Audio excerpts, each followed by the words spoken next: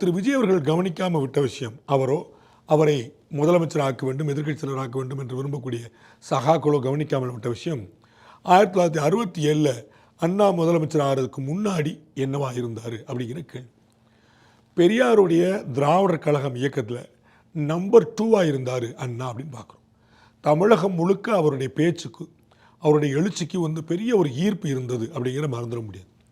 1949 திராவிட முன்னேற்ற கழகம் அப்படிங்கிற தனி கட்சி ஆரம்பிக்கிறாருங்கிற பார்க்குறோம். அதற்கு பிறகு 57 தேர்தல், 49க்கு பிறகு முதல் தேர்தல் 51, 52 நடக்குது. அதில் கலந்து கொள்ளாமல் 1957 திராவிட முன்னேற்ற கழகம் முதல் தேர்தலை சந்திக்குது. அதில் 15 சீட்டு திராவிட முன்னேற்ற கழகம் வெல்கிறது அண்ணாவுடைய தலைமையில். அதற்கு பிறகு அதில் அண்ணாவே தோற்கிறார், நெடுஞ்செழியன் தோற்கிறாருங்கிறதெல்லாம் நம்ம பார்க்குறோம். அப்புறம் 1962 2வது தேர்தலில் திராவிட முன்னேற்ற கழகம் அண்ணாவுடைய தலைமையில் சந்திக்கும். இப்போ 50 தொகுதியில் வெல்கிறது, நல்ல பெரியவர்கள் எதிர்க்கட்சியாக அமர்கிறது. 3வது தேர்தல் 1967 அப்போ தான் ஆட்சியை பிடிக்குது.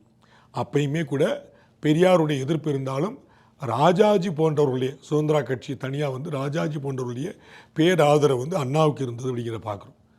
இப்போ விஜய்க்கு சப்போர்ட் பண்ணக்கூடிய ராஜாஜி யார் அப்படிங்கிற ஒரு கேள்வி இருக்குது. ராஜாஜி இருக்கிறாரா அப்படிங்கிற கேள்வி இருக்குது.